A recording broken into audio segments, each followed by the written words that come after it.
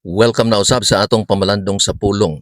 Ang pagtulon-an sa igpapahulay gusto sa yawa nga gubon. Mga pangutana nga kanunay ginapangutana bahin sa ikapat nga sugo. Una, nganong ang Dios nag-ingon hinumdumi? Gigamit sa Dios ang pulong hinumdumi tungod kay nasayod siya nga ang katawhan lagmit makalimot sa iyang balaang adlaw. Ang igpapahulay gitukod sa paglalang sa wala pa si Moises, wala pa ang mga Hudiyo, wala pa ang sala misulod sa kalibutan. Gipahayag sa Dios ang tulo ka mga butang sa Henesis 2:2-3 bahin sa igpapahulay. Una, mipahulay siya sa ikapitong adlaw. Ikaduha, gibulahan niya ang ikapitong adlaw.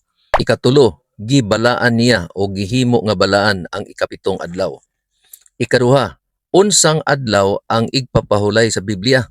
Ang Biblianhong igpapahulay mao ang ikapito nga adlaw sa semana, Sabado. Sumala sa Lucas 23:54-56 ug Lucas 24:1. Si Jesus namatay sa Biyernes, mipahulay sa lubnganan sa adlawng igpapahulay, nabanhaw sa unang adlaw, mao ang Domingo.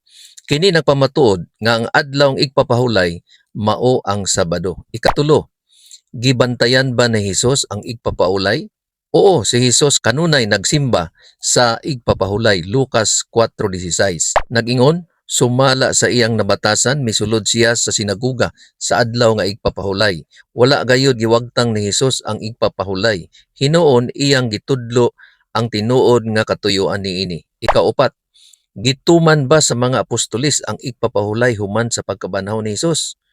Oo, ang mga apostolis nagpadayon sa pagsimba sa igpapahulay. Ang mga Hudiyo o mga Hintil nagtigom alang sa pagsimba sa igpapahulay. Ikalima, ang igpapahulay ba giusab ngadto sa Domingo diha sa Biblia? Walay bersikulo sa kasulatan diin giusab sa Dios ang igpapahulay gikan sa ikapitong adlaw ngadto sa unang adlaw sa semana.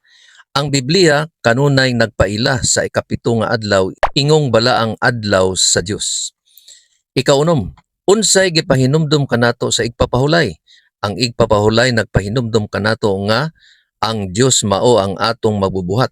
Ang Dios mao ang atong manunubos. Ang kaluwasan moabot pinaagi kaniya. Gitawag kita sa pagpahulay sa espirituhanong paagi diha kang Kristo. Ikapito, ang igpapahulay alang lang ba sa mga Hudiyo? Dili. Ang igpapahulay gihimo sa paglalang sa wala pa usa ka nasod nga Hudiyo. Si Jesus miingon sa Marcos 2:27, ang igpapahulay gihimo alang sa tawo, ang pulong tawo nagtumong sa katawhan. Ikawalo, ang pagtuman ba sa igpapahulay makaluwas sa usa ka tawo? Dili. Ang kaluwasan moabot lamang pinaagi ngadto kang Hesukristo. Apan ang pagkamasinugtanon maoy resulta sa pakigugma sa Dios. Si Jesus nag-ingon sa Juan 14:15, kung nahigugma kamo nako, tumana ang akong mga sugo. Naa sa pagsabot ang susi sa kamatuoran, kay ang yawa andam mo pasalaag sa wala nagtuon.